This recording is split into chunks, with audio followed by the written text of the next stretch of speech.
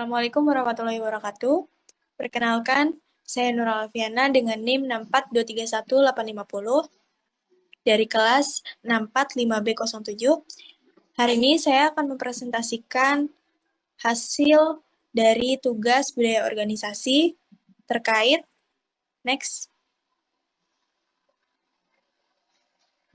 studi kasus perusahaan Teknova, yaitu perusahaan Teknova dikenal memiliki budaya organisasi yang menekankan inovasi, keterbukaan, dan kerjasama tim.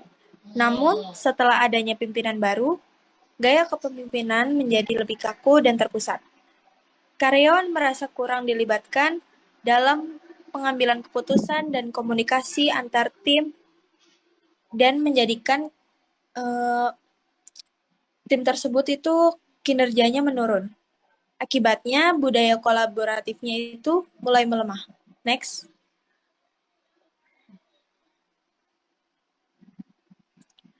Lalu di sini ada peran seorang pemimpin dalam menjaga dan memperkuat budaya organisasi. Seorang pemimpin memiliki strategis dalam mempertahankan dan memperkuat budaya organisasi, terutama pada perusahaan seperti Teknova yang mengedepankan inovasi, keterbukaan, dan kerjasama antar tim. Pemimpin harus menjadi role model dalam menunjukkan nilai-nilai tersebut melalui tindakan sehari-hari. Ketika pemimpin menunjukkan sikap yang terbuka, maka pendapatnya mau didengar, serta mendorong kolaborasi, maka karyawan akan mengikuti perilaku tersebut. Pemimpin juga perlu menciptakan lingkungan yang aman secara psikologis agar setiap anggota tim merasa dihargai dan juga berani menyampaikan idenya masing-masing. Selain itu, pemimpin juga harus aktif melibatkan karyawan dalam proses pengambilan keputusan sehingga budaya partisipasif tetap terjaga. Konsistensi pemimpin dalam menerapkan nilai-nilai organisasi tersebut sangatlah penting untuk memastikan budaya yang sudah baik tidak lemah atau tergantikan oleh gaya kepemimpinan yang kaku dan terpusat. Nah, jadi seorang pemimpin itu memiliki peran strategis dalam mempertahankan budaya organisasi tersebut. Lalu, selanjutnya yaitu next. Hubungan antara komunikasi efektif dan keberhasilan pemimpin dalam mempertahankan budaya organisasi. Hal terpenting ini yaitu hal yang ada dalam budaya untuk menekankan keterbukaan dan kerjasama pemimpin yang berkomunikasi secara transparan dan dapat membangun kepercayaan, mengurangi kesalahpahaman, dan juga meningkatkan komitmen karyawan terhadap budaya perusahaan.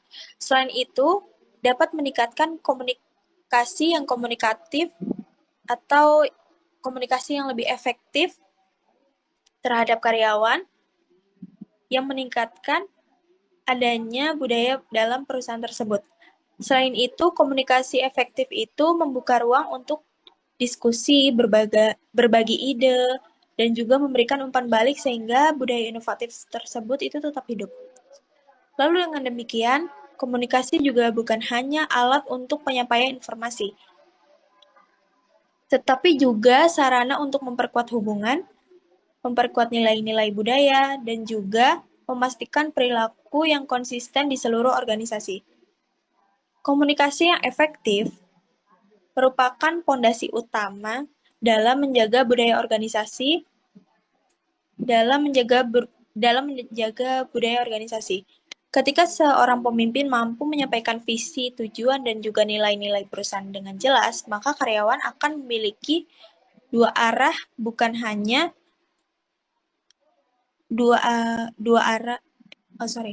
karyawan akan memiliki pemahaman yang sama-sama dengan arah organisasi tersebut.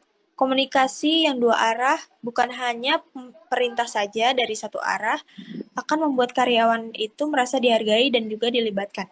Nah, jadi komunikasi yang efektif itu kan pondasi utama dalam menyampaikan sebuah pendapat di dalam perusahaan.